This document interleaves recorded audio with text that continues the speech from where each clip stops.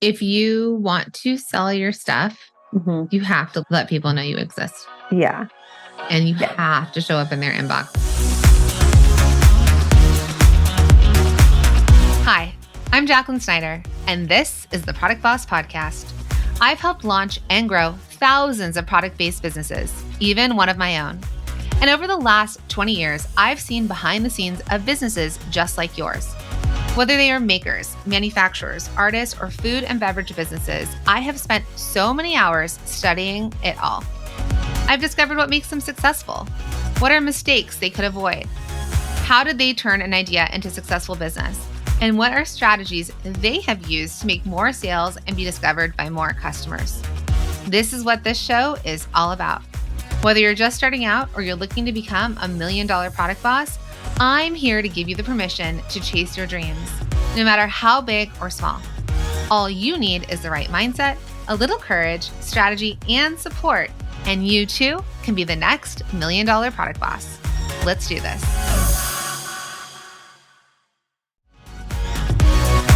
Hey friends, I want to interrupt the podcast for 1 second just to talk to you about something.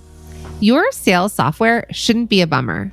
When you step inside your CRM, you should feel equipped to do your best work, like you're sitting in the pilot seat with easy to use and powerful controls. And that's the magic of HubSpot Sales Hub. The new Sales Hub is designed to help you win quarter over quarter and year over year.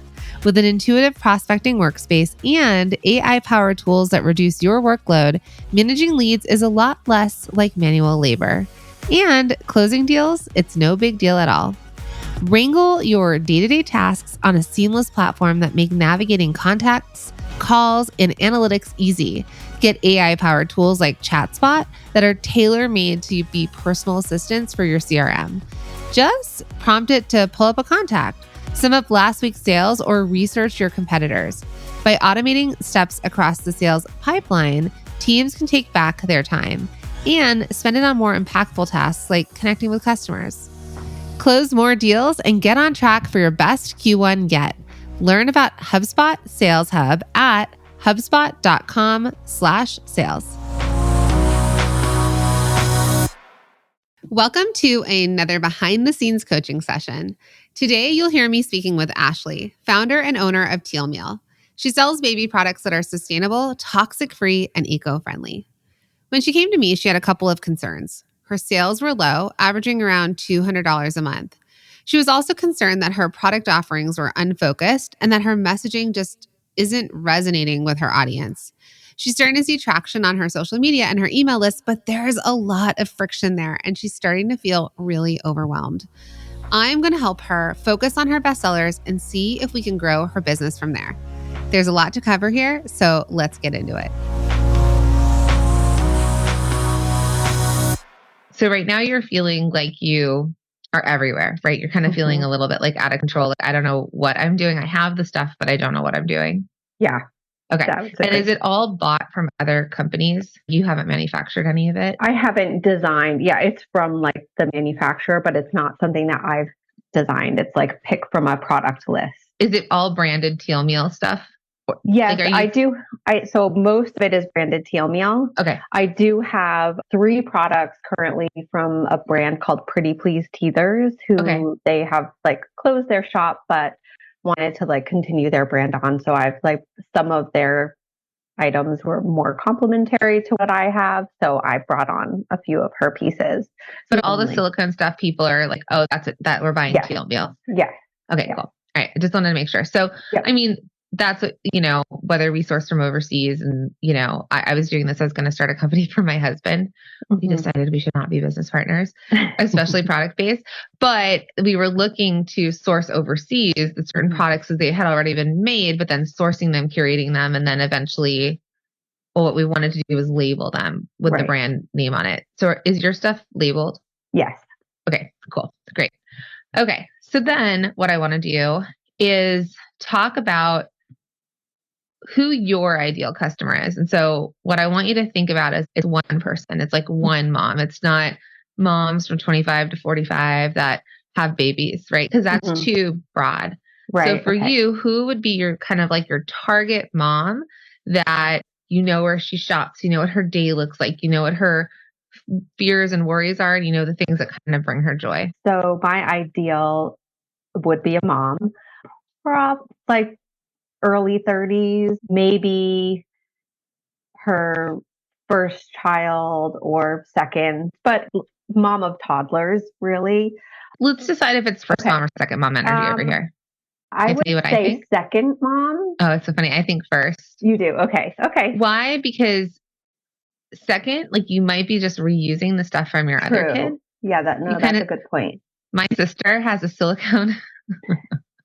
It's the butt cream spatula. Like when I was when my kids were little, I used my hand. Yeah. Like 8 years ago. Yep. And so she has a butt cream spatula. And when she was having her second, I was like, oh, surely you're going to get a new one. She's like, it's dishwashable. I'll just clean it. And I was like, oh, like of all the things, right? Yeah.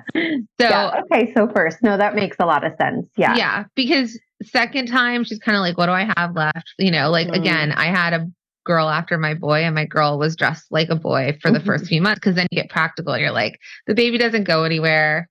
Like, she just needed pajamas. It's okay if she's wearing like a truck on it, even though it's always okay if she's wearing a truck, but what I'm saying? Yeah, I got it. So I do think it's more of the first time mom. It's the mom who has like the registry.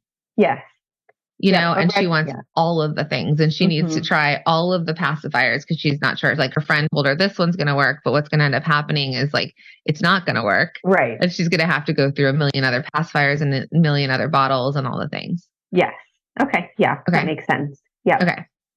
And now it's not to say that. So what will probably happen too is as her child grows, if she loves the product, she'll buy the toddler plates, right? Right. And then especially toddler, because I feel like they're in that phase a little bit longer. And then eventually you'll have like 2 toddlers at some point eating plates. Yeah. That's when she'll go and she'll buy the second round.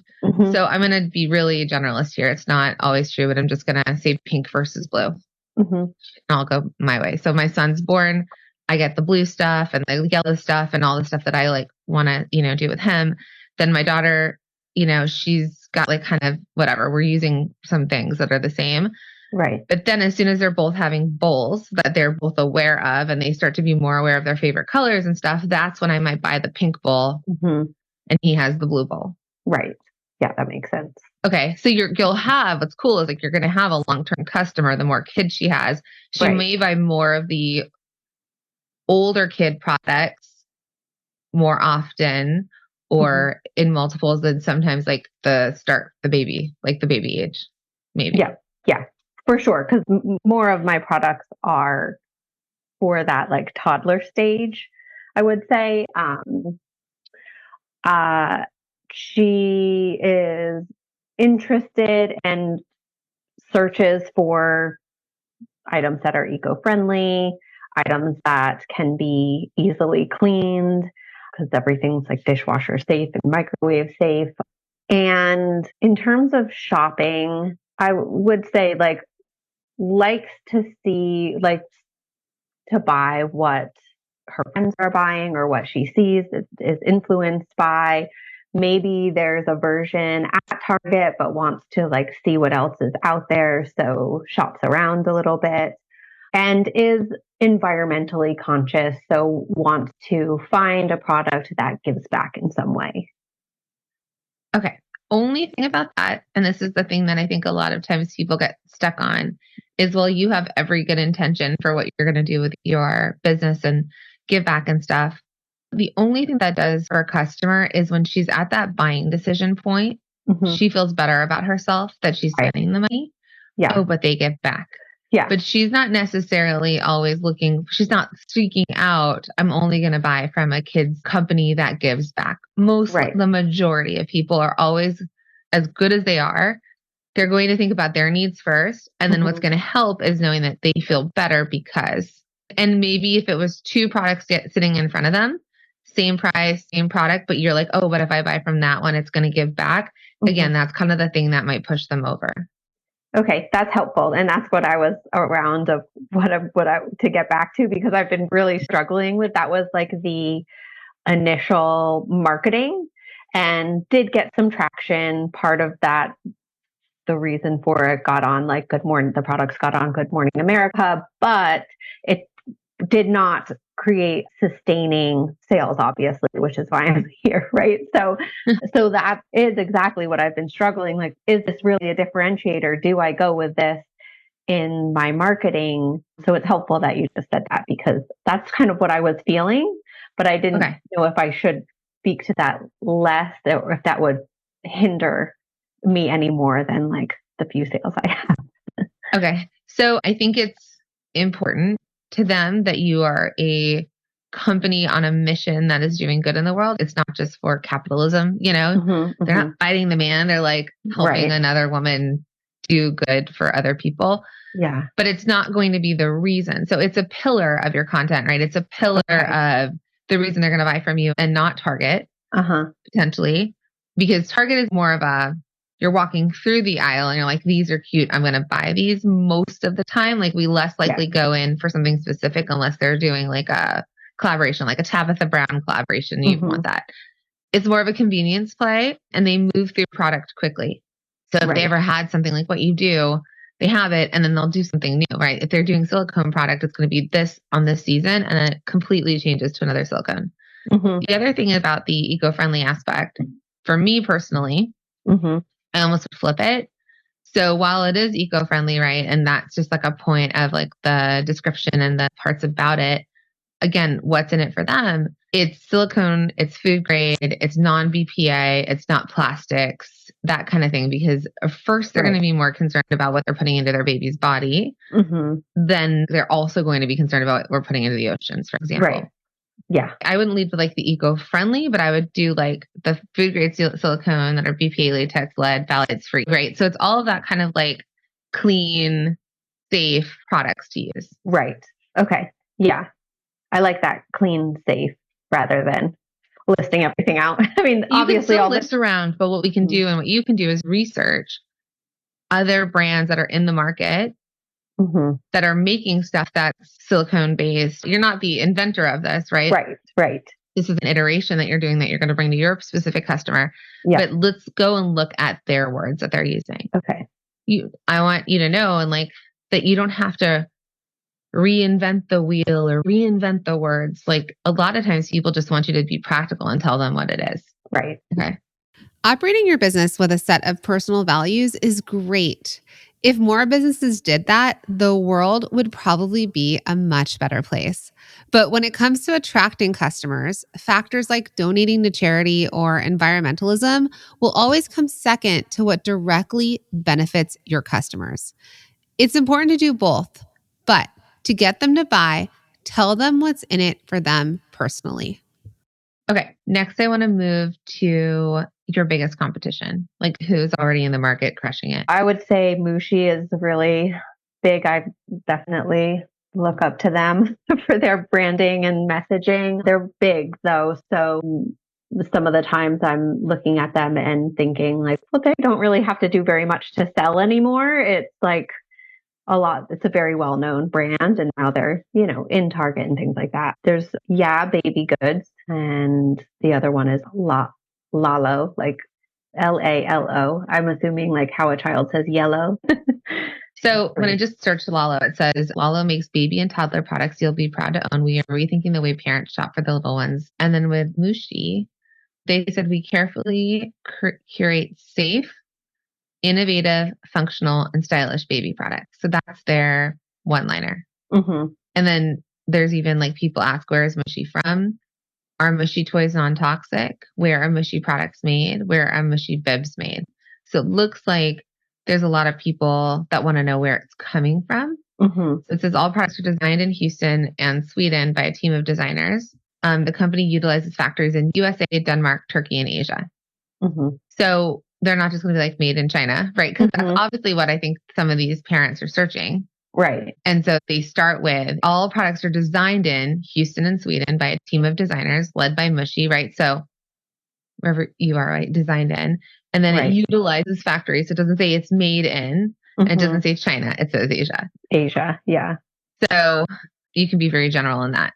And then another thing that somebody looked as Mushi, a clean brand. So they actually are using the word clean in there too. So we can get into those words later, but I just kind of wanted to that's helpful. Do a little competitor analysis. Yep. When you're not sure how to communicate your product's value to your customers, taking a quick look at some of the competition that's doing similar things can be really helpful. You're not looking to copy anything, but it's totally fine to get some ideas that get your own business brain into motion. Now we're going to move on to looking at Ashley's bestsellers. I would say my bestseller, just looking at the data, is sippy cup top, and half moon bowl. So, okay, we know your bestsellers. Are you only selling on your website, and how are you getting people to get there? So I'm selling primarily on my website. I have like one product or two products on Amazon right now. I've just really had a hard time like getting that going. But what's on Amazon? The half moon bowl. And yeah, that's it. So I had, I think, 3 half moon bowls on there, but I just haven't gotten it together to get and on then there. Otherwise, the couple $100 you're making a month, that's coming through your website? Yep. So it's all through website. I haven't sold anything on Amazon. And how do people know to find you? Like, where are they coming from? Usually so I have 2 places where people, one is my email list, which is pretty stagnant right now. But how many people? 1,700. Okay. That's people a lot on that. And then I have my Instagram account that I also get a lot of people clicking through and then not necessarily buying right away, but like then coming back to the site directly and purchasing. And I think it's like 33.75 or something. Okay. So then going back to you and your site. So do you have to do pacifiers and like baby products? Where is your sweet spot in age of the kid? Mm-hmm. Yeah, it would be really around like 6 months, I would say, when they start introducing solid food is really the sweet spot. I've been like, yeah, I mean, I would not be sad about removing the infant, like the pacifier side of things. They don't sell a lot of them? No, I don't. Good. Yeah. And can the silicone mini utensils, can 6-month-olds use that? Or is that?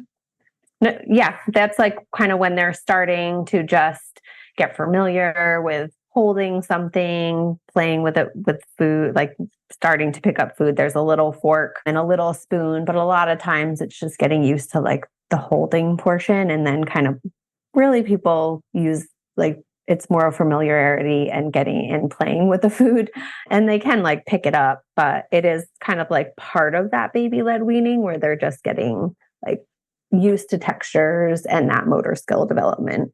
Okay. I'm just going to go edit through your site to know how we focus. Then we can talk about how we're going to sell it. Okay. I clicked for you. I clicked on the 0 to 6 months. And so what came up for me were the silicone pacifiers, the clips, the teether, the utensils, the bibs, and the loveys. Yeah. Yeah. So all of those, with the exception of like the bibs and the utensils, it's more of, yes. Okay. So I sold one. Because you have the mold and the manufacturer and you know how to make them. It's not to say that down the road, once you get this company on its feet, that you can't bring certain things back. I think pacifiers are hard because like you want proof that a pacifier is going to work. Yeah. So just because you can make a pacifier doesn't mean like you should make a pacifier, and everyone's so specific about the pacifier. So pacifiers, I'm cool with you just like not doing, maybe never doing again. The loveys, it's a completely different material because the loveys are like, a linen fabric attached to a wood piece. And as cute as they are, same. Is it the same manufacturer? Or is it a different manufacturer? That one is the Pretty Please Teethers. So it's, I mean, I'm not attached to them. So I'm good with you dropping those. And then the bibs, we can come back to because like those can be put in a bundle and people can buy them individual or something like that. Because those bibs too, they come in like 3 packs at Target. Right. Yeah. And certain ones people buy are because they have a certain color to it or they become like a fan and that you have that for them. So then we're going to get to 6 to 12 months. So we've got the silicone cup in the top, the utensils, the hook bowl, the bibs, the teether. Is the teether yours? The rainbow teether. Yeah. Yeah. Yeah. It's not a huge seller though. It's not. Mm-mm. Okay, No. let's drop that. Probably let's drop the pacifier teether as well. Okay. Yep. The mod feeder. Yeah, that one is also Pretty Please Teether. So I was kind of just testing it out. Okay. I've only had a few sales with that one, and it's people that have purchased it in the past. Okay. Let's come back to selling other people's stuff later because that's more money of yours out. Yep. Since you have to buy it from people. And I'd rather you establish yourself as a brand. Yes. So really out of the 6 to 12, we're keeping the plate, the spoons, the bib, the 2 different bowls, and the sippy cup and sippy cup top. Let's see what you have for 12 to 24. They're the same products, right?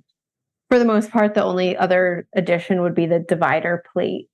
Oh, the divider plate. Okay. And then the stacking toy. Right. Yep. The stacking toy. But I really don't have much of that. Perfect. In stock. Because it's not a feeding toy. So it's not to eat. So they don't really need that. Do you ever sell the bundle, the mat with the bowl? Occasionally. I sell more of the mini bundle. The plate, more of the what? The mini bundle. It's like without the mat. So it's the plate, the utensils, and a bib. Okay. And usually people do that for like a gift. Yep. They don't usually buy it for themselves. 100%. And then we go to 24 to 48 months. And it's the divider and the cups and the silicone sun plate. Oh yeah, the sun plate too. That one sells pretty well. Yeah. Okay. Yeah, because those kids, they like to throw their plate on the ground. Yep. I'm like, gotcha, baby. All right. So we're going to get rid of toys. Mm-hmm. We're going to get rid of 0 to 6. And we're going to go to being plates and stuff that kids can use. And you said this early on, but it sounds like you have like some sort of knowledge about it. But it's kind of, you were saying baby-led weaning. And then you were starting to talk about all the things you know about kids learning to feed themselves and stuff. So do you have an expertise in that? Like, do you? No, I don't. It's more of just like personal research. And then like I have 3 boys, so raising them. Well, you do have an expertise then. Yeah, no, maybe you're not trained like a, like a I don't have like occupational therapist, but like you have it. So I like that you have all this knowledge, and the knowledge sets the product apart in the way of like when you were talking to me about the little utensils for the babies, the silicone mini utensils. You started talking about hand-eye coordination. So there's a lot that you are innately saying that a first-time mom who's going through these phases at first needs the information and the education for her to say like, oh, I want a smarter baby. Right.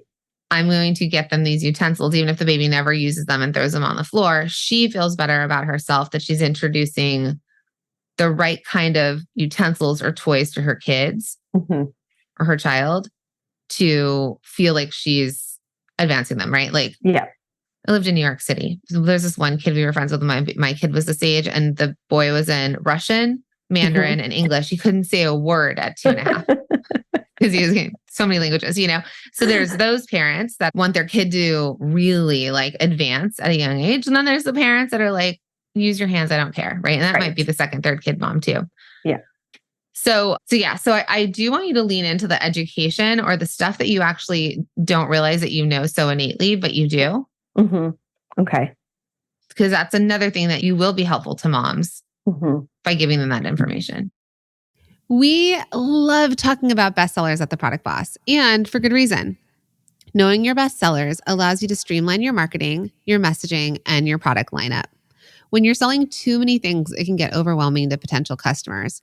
They don't know who your product is for or what they should buy. And ordering lower quantities of multiple products makes manufacturing costs go up. So don't be afraid to drop products that aren't selling and really focus in on the ones that work. So you wanted a clear strategy to focus and build. And the 3 things you wanted to talk about were growing organic traffic and converting. I receive a lot of traffic when I run ads, but few to no conversions. Then you want to talk about where do I focus? Sippy cups and tops are my best sellers, but really want to promote subscription box. And 3 would be lead gen, struggling to build an email list and gain traction. I have 1,700 people on my list, but recently there's been low engagement, approximately 45% open rate, but very low click-through rate. Yeah. I hear you on that. So you're right now making about $200 a month year to date. And we're in September, you've made $1,300, but you would love to be making $5,000 a month and about $60,000 annually. Yeah. I mean, long-term goal is much more than that, but yeah, I want it to be like realistic and not be overwhelmed with like, oh my gosh, I'm never going to get there. But actually this month I've actually made like 320. So amazing. This is a better month. Why don't we focus on how do we get to $1,000 a month? Okay. And then a $2,000 a month. Right. Instead of you feeling like, holy moly, I have no idea how to scoop up all the humans to get $5,000 a month. We'll work there.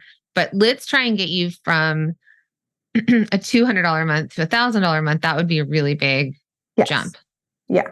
And you'll kind of start to see what works. And then when you start to see what works, you can kind of double down on that. Yeah. Okay. So who runs your ads and what are you spending and what's all that looking like? So I've only done ads a couple times. I've done them myself just based on like tutorials.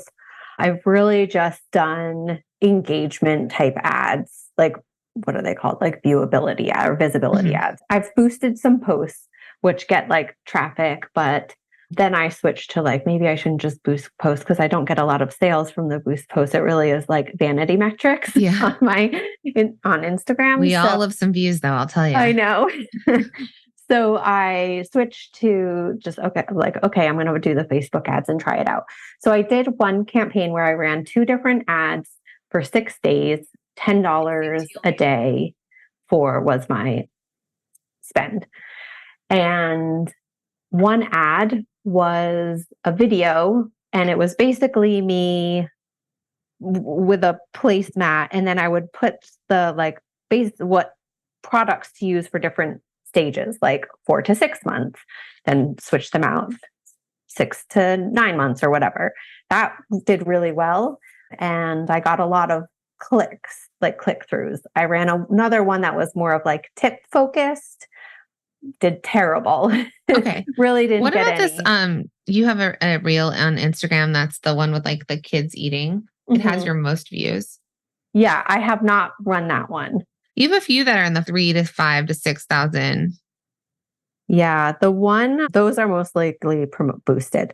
The one that I did not boost is, it's a sippy cup one, and it got like 10,000 views last year.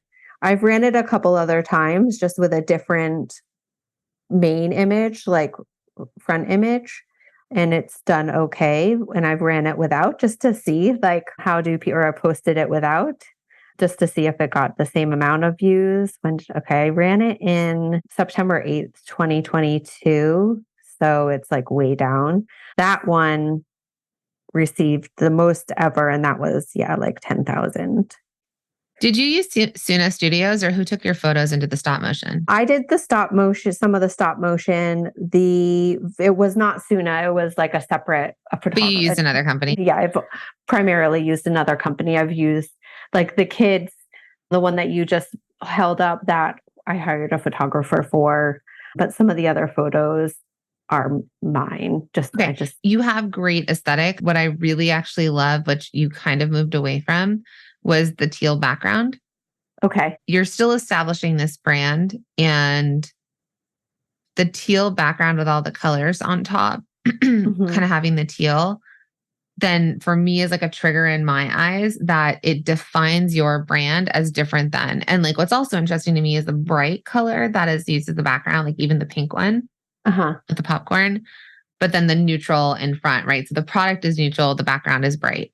Yeah. And it stops me. It like stops the scroll. So I wonder if there's a level of you trying to incorporate more teal, of more of that blue. So that teal meal the name sticks in my head because I see teal, the color, I remember your name.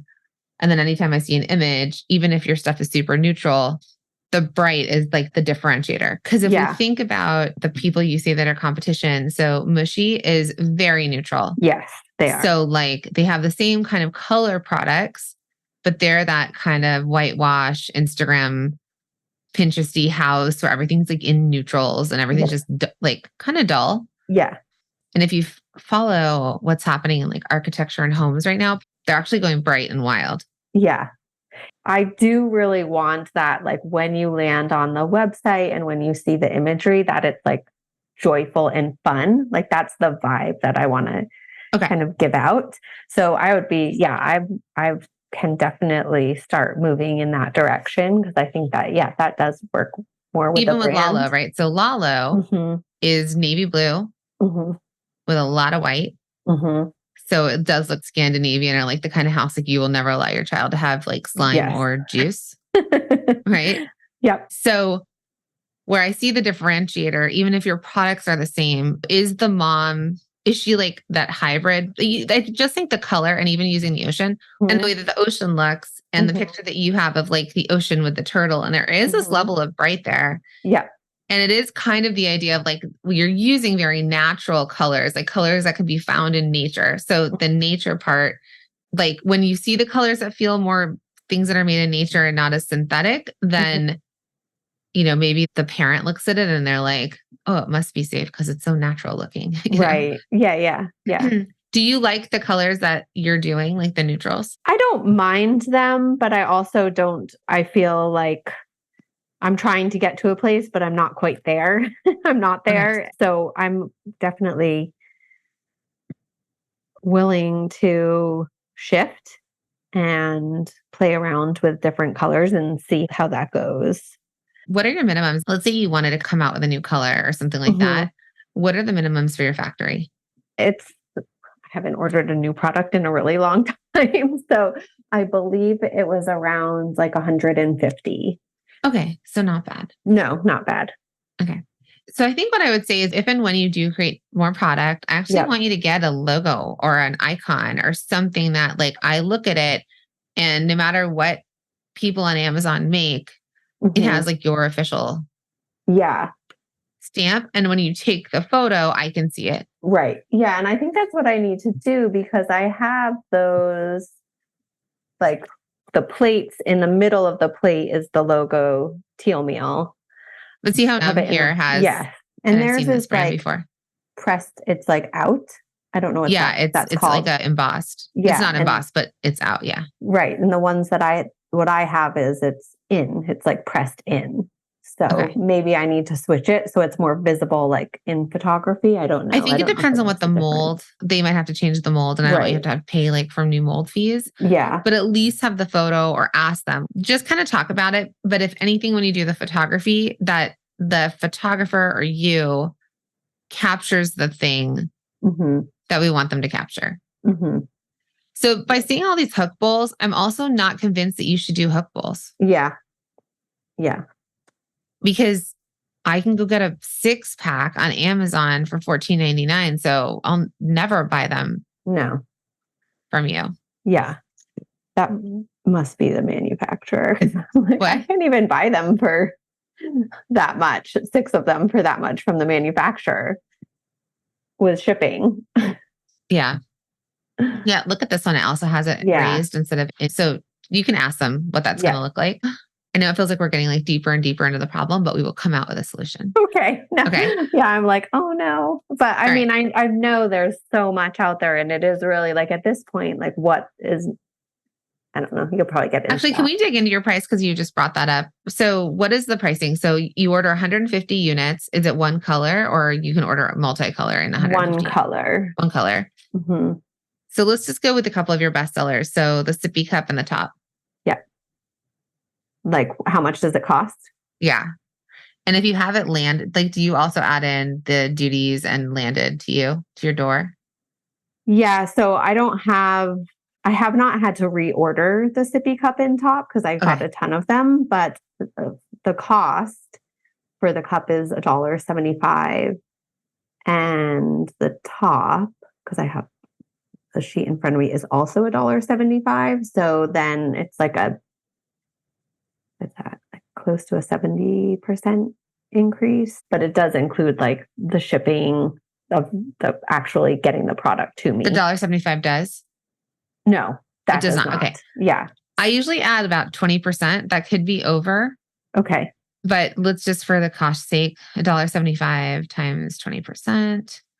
So it's another 35 cents. And then do you do anything does it come prepackaged that like it's ready to ship, or you have to pull them out and like do something with them? I pull them out, and right now I have a very simple packaging, but that's another thing that I would like to improve on. I just haven't done that yet. Have you ordered from your competitors?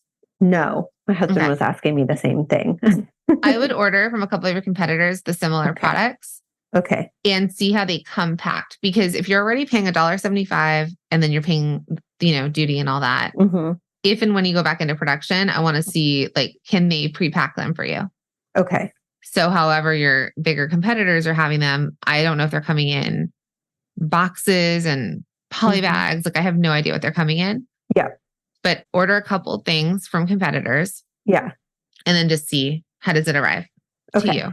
And then you can always counter source that with your manufacturer and ask them to send it prepackaged. And you really just get to get the boxes. And when you get the orders, like you pull them and you pack them. Like you don't have to repackage because that's labor. Yeah. Okay. That makes sense. I know we're really getting into the nitty-gritty details here, but that's what we're all here for, right? The details matter when you're building a product-based business. From ideal customers, bestsellers, product photography, branding, costs, and pricing, it's a lot to juggle, but you don't have to do it alone. Hey, Product Boss. Okay, so it is podcast recommendation time. And this month, I am so excited to share Latinx in Power, hosted by Taisa Fernandez and brought to you by the HubSpot Podcast Network, the audio destination for business professionals. Latinx in Power is a podcast that features interviews with top-level executives, entrepreneurs, and innovators from Latin America and the Caribbean. Having the perspective of Latin American leaders who have succeeded in their fields is so invaluable. And they're aiming to demystify the tech industry by providing listeners with insider perspectives. And I don't know about you, but I love to listen to podcasts that interview leaders in different industries because you never know what nugget of advice you can pick up and apply to your own business. So I really love this recent episode titled From Legos to Microsoft with Pablo Veramendi. Pablo is the director of audience evangelism at Microsoft. Yes, the Microsoft. And in this episode, Pablo discusses his Hispanic identity, passion for building communities through technology, and insights on the future of technology. And he even teased some upcoming projects at Microsoft. Listen to Latinx in Power wherever you get your podcasts. Okay, I just want to jump in real quick and tell you that we are actually hosting a free workshop series called The Product Boss's Guide to Your Best Year Yet, where we're going to share some of our best tips and tricks for you to have your breakthrough year in 2024. So if you want to learn more about it, just head to the show notes. We've got a link to sign you right up. Hey friends, are you unsure of what to say on social media or what to even send in your weekly emails? Well, what if creating content could be easy? Would you be looking for a shortcut to creating consistent content? Yes, consistent content, because you know consistency is key. Well, let me tell you, you are not alone when you feel like you're struggling on what to post or what to write in emails. And we know that you have that product part of your business down. But as you're listening to this podcast, you probably already know that to get more people to your products, to buy your products, you need to create great content. Oh, I know, I keep saying content, and that's the dreaded C word. And we can't tell you how many product bosses tell us that they want to create great content for their audience and their customers, but they don't know what to say, or they are so busy they can't find the time, or they really, really, really don't want to be the face of their brand. Well, no worries, because that's exactly why we created a year of content. It is your shortcut to creating consistent content that resonates with your audience and brings more loyal customers who can't wait to buy your products. If you want to see how easy this is and how easy it is to create content for your audience and your customers, head to www.ayearofcontent.com.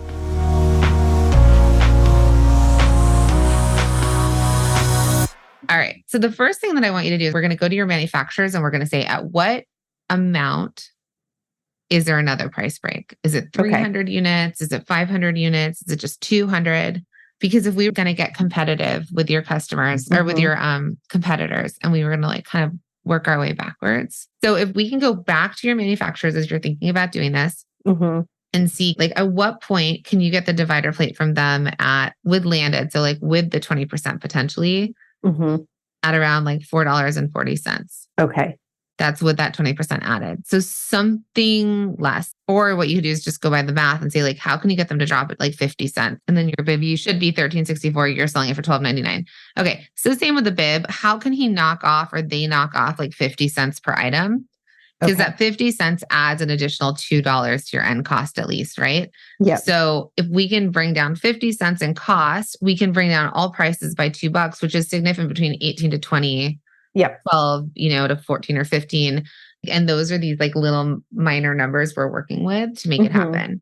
And then from the sippy cup perspective, you're selling them for $10.99 and we said they were $2.10 landed. So it actually puts you at $8.40 for the cup. Okay. So I'm like pretty high with that one. You're definitely higher. And then for example, Mushy's selling $12.99 for 2 cups. And Lalo is 2 cups for $12.50.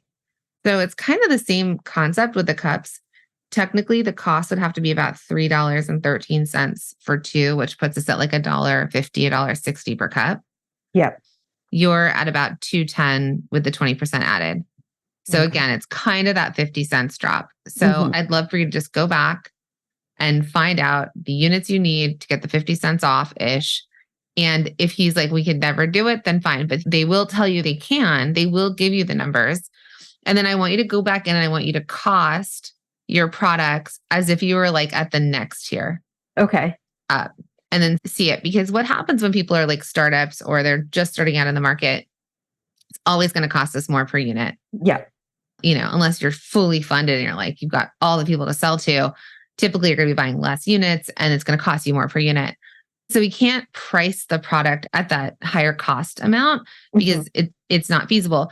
So if you can go and you can get like another tier up and be like, okay, I know that when I start to sell, I will make better margins. Right now, I'm not. I'm going to price according to that because that's going to be like what the market can bear. Right. And where this doesn't work is sometimes people have like really like, they want to make something and there's no way it'll ever go lower to hit the price point they think. Right. And so it's not possible. So then they have to really reconsider, like, I don't know, let's just say you're coming out with really super cool, I don't know, a diamond bracelet. And you're like, but I want to sell the diamonds for $150. Like, there's no way you'll ever be able to price it that low. So that's an unreasonable thing. What you're doing is super reasonable because it's just a unit game. So I think I'd like to see you shift to what your competitors are doing. So dinner cups, you can get in a set of 2 or 4. You can't buy them individually. Even your lids would be interesting to do like a 2-pack or a 4-pack. Yeah. And they could be the same matching colors to the cups, right? So then I know I can just buy the 2 lids and the 2 cups. I would be interested in seeing what it would be like if you sold the lid and the cup together. I think I want to see bibs sold in packs.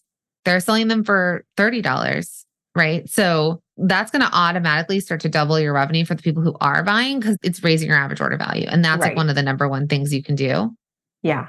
You're also making it easier for them because like having me pick between all the cups and all the colors, and I don't know what I want, right? But I might be like, okay, you know what? I'm going to get 2 of the green, 2 of the pink. And then I'm going to have like this cute pink and green combo. This tip has come up before, and that's because it's such a no-brainer. Bundling products raises your average order value, reduces decision fatigue for your customers, and increases the perceived value of your products. And it's so simple to implement. Try it in your business this week and see if it works for you. I think for you to go through these, look at the products you're going to continue with and say, okay, they're selling these as individuals. We'll keep that individual. We'll keep the bowls individual. We'll stack the cups. We'll double the bibs. You could do a cup lid unit, like a SKU that you put them together. Because I think for me, that's my biggest issue with your thing is that if I am buying for a 6 to 12-month-old, I'm never going to buy the cup. Yeah. I want a sippy cup. Right. But for me to think about sippy cup top, that's like, oh, I'm just going to add that to cups I have. Right. Or you don't have what I need, which I need a sippy cup. Yeah. So if you show instead the basil cup with the basil lid together and you sell that as, the best selling sippy cup, bundle. And then also though, I could buy the packs and I could buy the individuals. Okay. Just a question about confusion as well, because I started to build out a draft product where it's, instead of having each individual color as its own like page, doing what Mushi does and Together. have the tabs that, like what are those called? Those circles. It would show less products on my site, but I personally think as a user experience, I like to be able to just click through and see things, but I wanted your thoughts on like what you think about that, switching to. I prefer it. Okay. So if we think about your site and it looking like there's less, if we go to the front page of a site, they have the products, they tell you bestsellers, and they let you pick usually between the categories. And then whatever they want to like push or talk to you about, right? So obviously this brand has other things that they're pushing. Yeah. We can go look at Lala's Home. They're pushing a Labor Day sale. They're selling furniture. Yes. They let you pick between mealtime, playtime, bath time, which you're not doing. Mm-hmm. But same thing, like all the products are not on the homepage. And then I have to go navigate my way to try and buy. So first I can go from mealtime, playtime, or bath time. Mm-hmm. Then I have to pick, am I going for a high chair, a booster, tableware and bibs, mealtime accessories, bundle and save, which I like that bundle and save. Yeah. Because that right there is like, they're selling kits and every mom wants to bundle and save. So that could be a cool one for you. Mm-hmm. So for yours, if we go to your site, I don't actually know 100% what you sell immediately in the way of what are your best sellers. So she's adorable with a bib and a teether. So do you sell bibs and teethers? Mm-hmm. But you're telling me your best sellers are the mealtime things. Mm-hmm. Yeah. So it would be great if like this was going towards whatever you wanted to push, or it was that image from your Instagram that has like the blue with like the products, a moving image.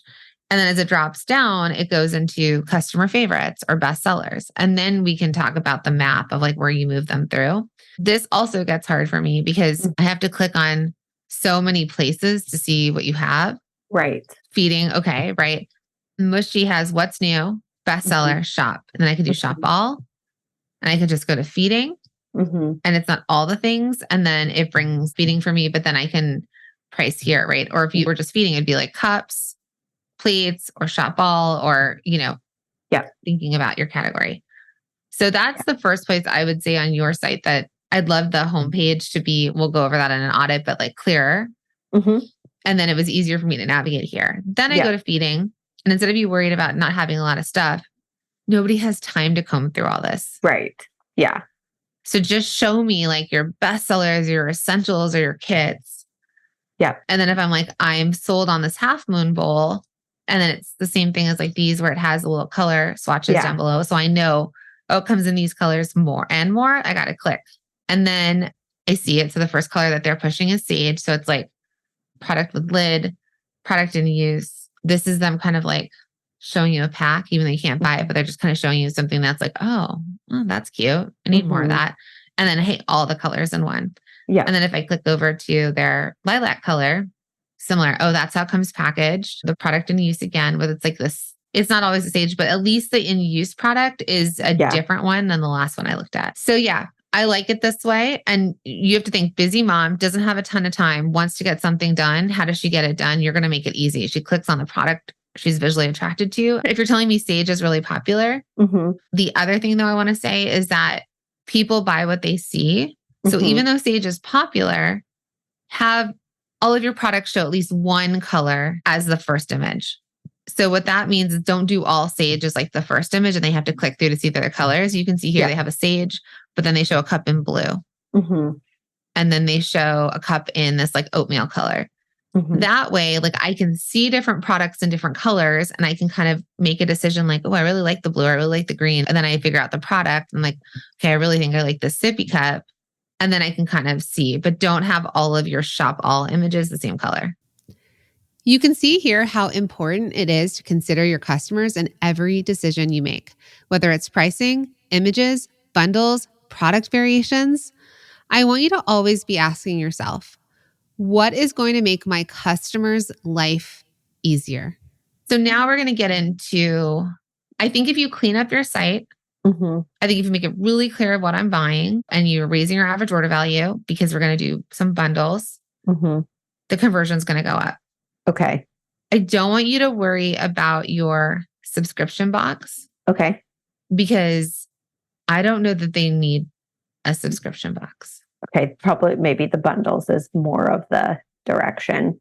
Yeah. I'd rather you go in the direction of problem solving because, like you said, a lot of stuff that people buy are gifts. Mm-hmm. So either you're going to have moms that come because they're like, oh, that's that feeding company. That's that company that like does baby led weaning and whatever. Or it's going to be, I love this. I'm registering for it.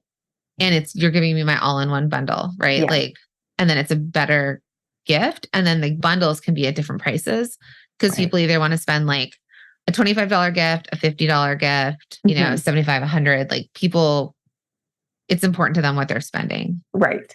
Then these friends that do bundle and save, shop the perfect bundle for your bundle of joy, get our best-selling products bundled together for savings, right? So bundle and save. So all of this is about saving. Okay. The viral content, some of the pillars of content that you're going to do are going to be baby-led weaning, food, using utensils, hand-eye motor coordination, that kind of stuff. And then the solution to that is buying your product versus you trying to sell an aesthetic. Yeah.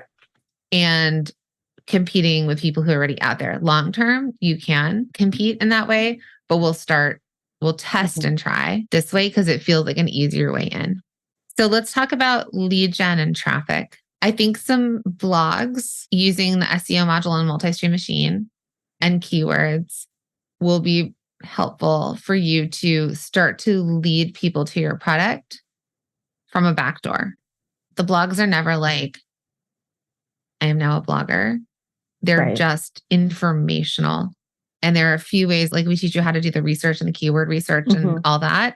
And you'll find the ones that you're like, oh, I'm going to try that. Like it's a lead in. So super aside, but for my business, I had found that a really like successful blog idea and other people did really well with it with traffic and all the ways we searched the keywords was fashion trade shows.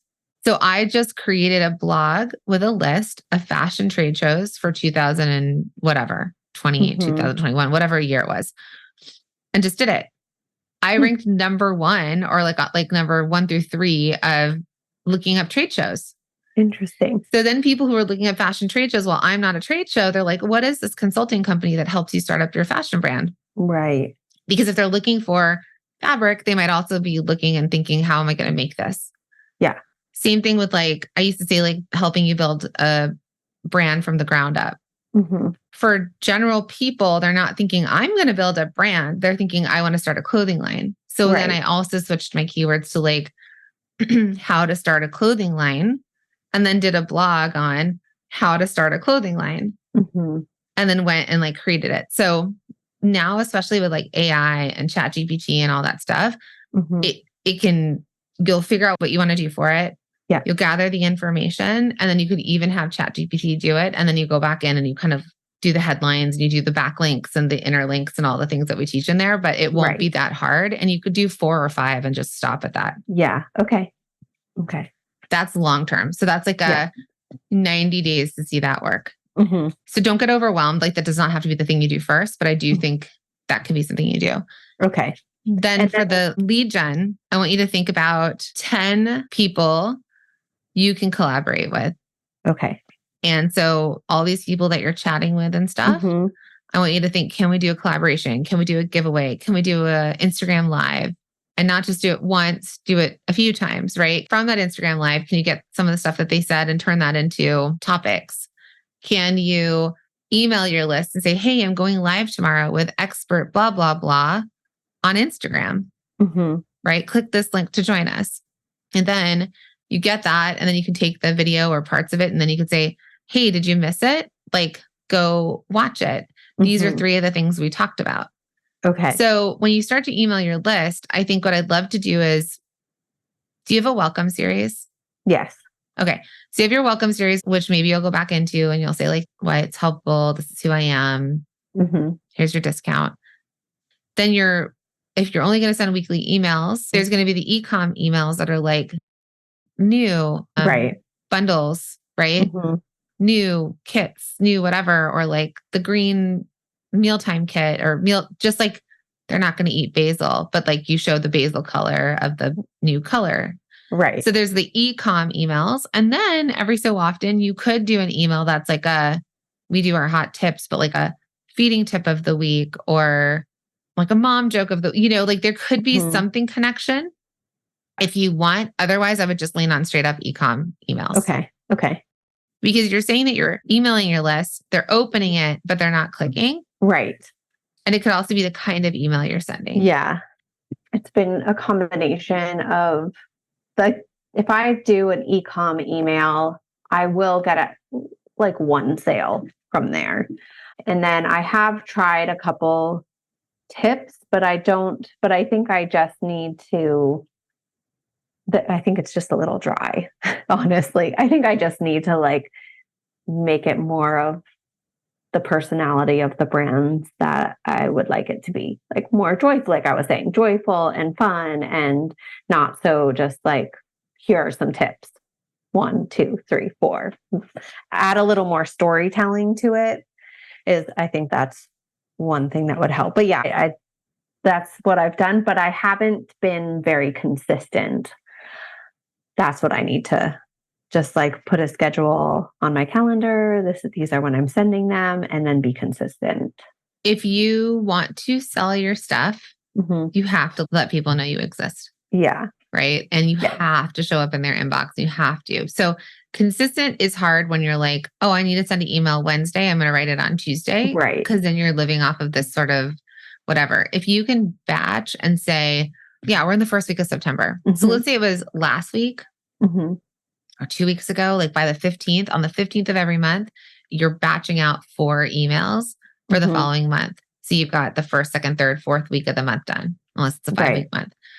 And so, every middle of the month, there is a day that you're going to plan your promotions for the next month, because promotions are what you're selling. Right. So week 1 is like, we're going into September. It's back to school. People are buckling down. It's going to be after Labor Day. So it might go into that like everyday essentials or like lunchtime at home, because these kids they might be in daycare, but we're talking about home eating. Right. So you may, for a couple weeks in September, be leaning into showing like the whole setup on the table. Like, I need all of that. If you wanted to move sippy cups, you can move sippy cups. So you're going to think about, what do I want to push each week? And your website home image will reflect what you're selling in your email, and the content you're posting on your social media will also reflect what's happening in your email. So all roads are leading to selling 2 or 4 packs of cups.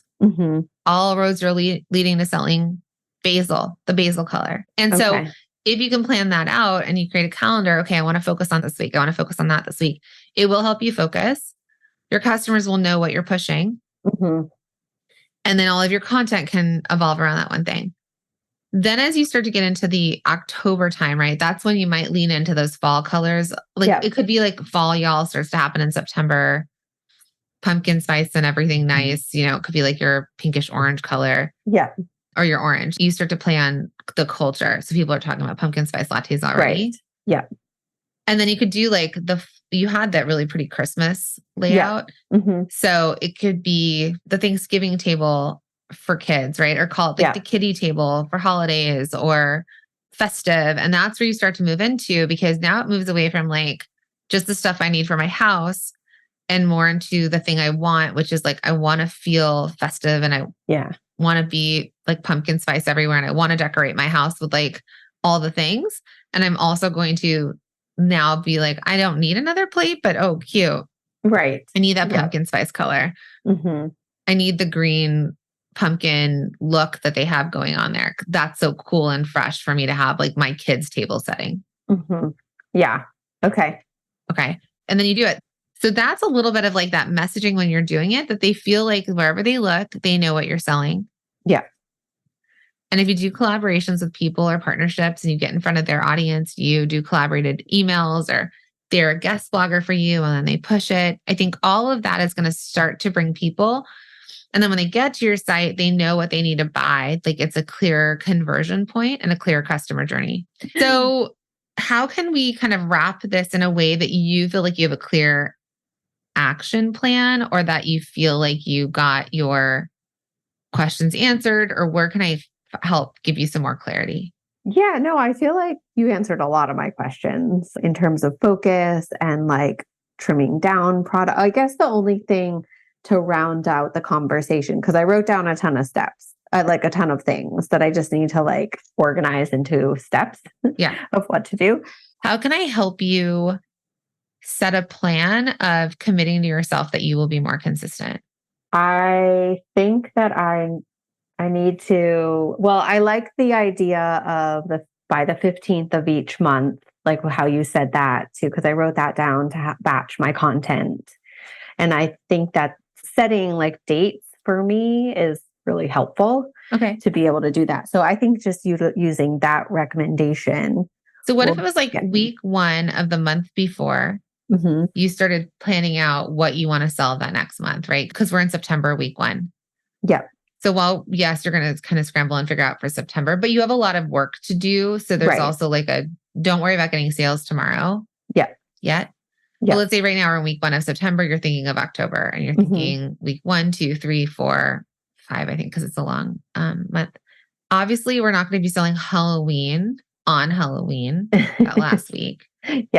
Right. Instead, actually, you could do a Halloween sale if you wanted. But up until that, at least on week 1 and week 2, maybe week 3, as long as you knew you could ship in time, you're doing kind of like pumpkin-ish, Halloween-ish. It doesn't have to be full Halloween. It can be part of it. And you're pushing those colors and you're pushing the theme of Halloween. And then you could think like, okay, what am I going to push this week, this week, this week, and this week? So if in the first week of every month, you plan out what you want to do. And let's say in the second week, you batch the marketing materials you need. You're like, okay, I need to get 4 emails up because I know what I'm selling in each week. I need to create my graphics on Canva. Do you need to take photos? Because you can do them yourself. Now, if you think that you need more time, you can do the second week of like creating the content, don't need photos, whatever. And like, let's say by the 3rd week, maybe you use 2nd and 3rd week to flesh it out. I don't know how long you need. And then you get them scheduled. Like, can you by the 3rd week actually just pop them in and have them scheduled in Klaviyo to go out on the dates you want them to go out on? So if you could just batch your weeks, knowing your cadence, knowing your time, then it's easier to be like, oh, week 1, I got it. Let me just sit down and spend the time thinking. That's good. Okay.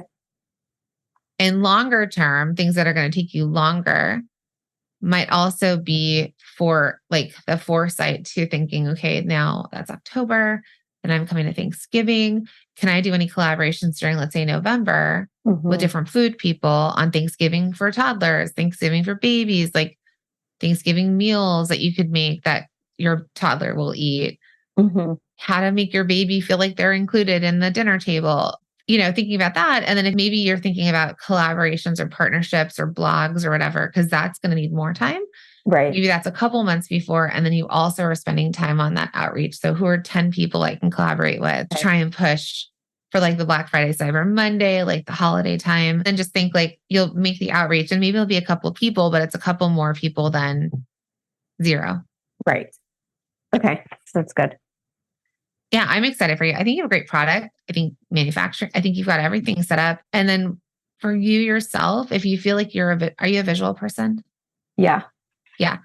You may want to create like your own vision board of like your ideal avatar or your vision for what you stand for. Like if it's something that you have to look at and you're like, oh yeah, that's what I do. Because for me, sometimes I have so many ideas and thoughts and like something new will come of like, oh, we should try that. And I lose all the stuff that worked. All right. I think you have a really good foundation under you. I would love for you to try and think, I need to get $50 average order values. And what do I need to do to make 5 orders a week? Okay. And if you're not hitting it, you try something else and you try something else. The other side of this is growing your email list, which when you do the collaborations, you want to grow your email list. If you do a freebie download or whatever, you can ask people on social media for their email address. You have a link for them to sign up and give them a reason to sign up.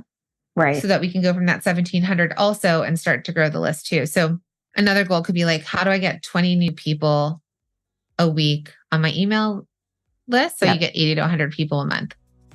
Okay. And set yourself just realistic goals. Like they're stretched because of where you're starting from, but they're not the worst. You're not like, oh crap, I can't do that. Right. And also, if you don't hit 5 sales next week, that's fine. You're going to work. Let's get you 1 sale. Right. Then go to 2, you know? Yep. Okay. Yeah. This was great. Thank you so much. We covered a little bit of everything in this call, didn't we? Ashley has a lot to do, but she doesn't have to do it all at once. Some key takeaways that you out there listening can apply to your business are bundling products to raise your average order value, cleaning up your website to make your best sellers clear to your ideal customers, and looking at your competition to streamline your ideation. Building a business is complicated, but I know you can do it. And if you want help along the way and to make 2024 your best year ever, all you have to do is visit theproductboss.com/best to sign up for our free masterclasses. We cannot wait to see you in there. All right, my friends, remember, action takers are money makers, and I'll see you in the next episode.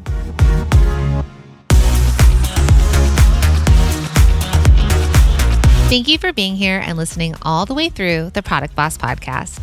If you love our show and it has helped you in any way in your business, would you mind doing 2 things for us?